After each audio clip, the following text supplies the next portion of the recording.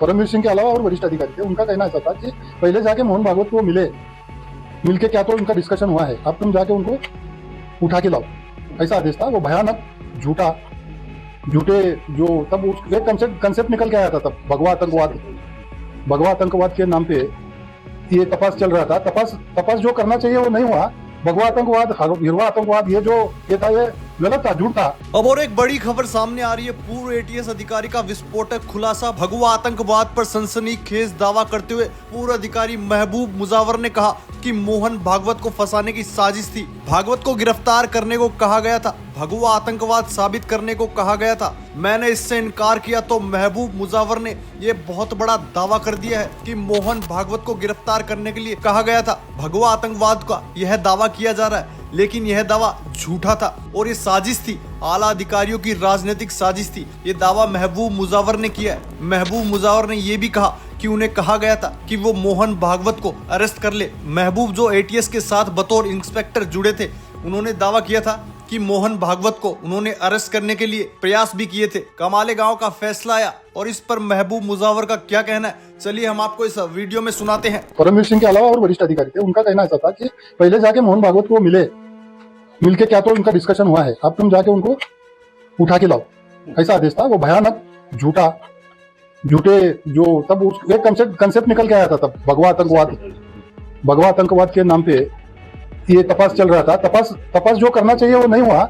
भगवा आतंकवाद, हिरवा आतंकवाद, ये था, ये गलत था, झूठ था। उन्होंने कहा कि भगवा आतंकवाद का स्थापित करने के लिए भागवत की गिरफ्तारी का दबाव बनाया गया था। मेरे पास इस दावे के दस्तावेज भी मौजूद है। अब इस मामले में 7 आरोपियों को बरी कर दिया गया है। इससे एटीएस के फर्जी कामों का पर्दाफाश हो चुका है। मुजावर ने आगे कहा, कोई भगवा आतंकवाद नहीं था, सब कुछ फर्जी था। मैं किसी के पीछे नहीं गया क्योंकि मुझे वास्तविकता पता थी। मोहन भागवत जैसे व्यक्ति को पकड़ना मेरी क्षमता के बाहर था। मुजावर ने कहा कि इस फैसले ने एक फर्जी अधिकारी की फर्जी जांच को उजागर कर दिया। मैं ये नहीं कह सकता कि एटीएस ने तब क्या जांच की और क्यों, लेकिन मुझे राम कलसांगरा, संदीप डांगे, दिलीप पाटीदार और आरएसएस प्रमुख मोहन भागवत जैसी हस्तियों के बारे में कुछ गोपनीय आदेश दिए गए थे। ये सभी आदेश ऐसे नहीं थे कि उनका कोई पालन कर सके। मुजावर ने फिर किया था दावा। जब मुजावर के दावे के बारे में पूर्व एटीएस प्रमुख केपी रघुवंशी से पूछा गया था तो उन्होंने इसे खारिज करते हुए कहा था, मुझे यह भी याद नहीं कि यह मुजावर कौन है या मामले की जांच करने वाली टीम का हिस्सा था भी या नहीं। अपने हाल ही के दिए बयान में भी मुजावर ने एक बार फिर से दावा किया कि जिन संदिग्धों संदीप डांगे और रामजी कलसांगरा की हत्या हो चुकी थी, उन्हें जानबूझकर चार्जशीट में जिंदा दिखाया गया। मुझे आदेश दिया गया था कि उनकी लोकेशन को ट्रेस करो, जबकि वो मर चुके थे।